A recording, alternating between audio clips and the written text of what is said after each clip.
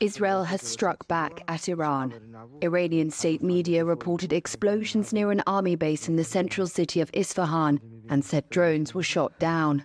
Reports said nearby nuclear facilities in Natanz, which the West suspects are involved in developing atomic weapons, were not damaged.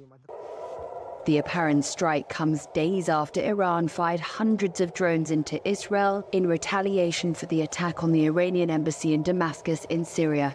Most of Iran's drones and missiles were downed before reaching Israeli territory. There was no comment from Israel on the reports of an attack.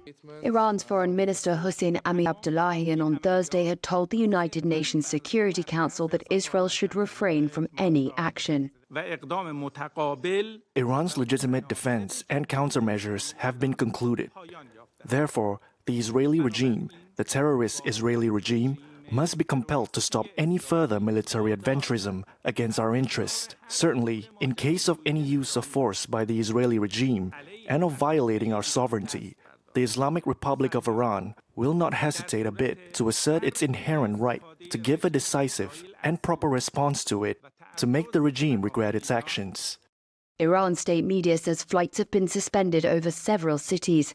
Flight tracking sites showed some airliners making sharp turns away from the country's airspace in the early hours of Friday.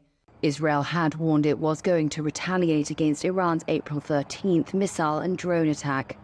Numerous countries had earned restraint, concerned that any retaliation could spark a broader conflict in the region.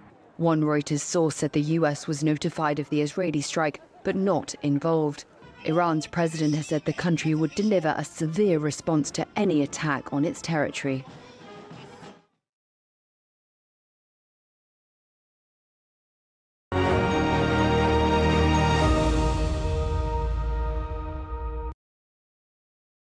Değerli arkadaşlar, biliyorsunuz şu anda İsrail farklı şeyler söylüyor.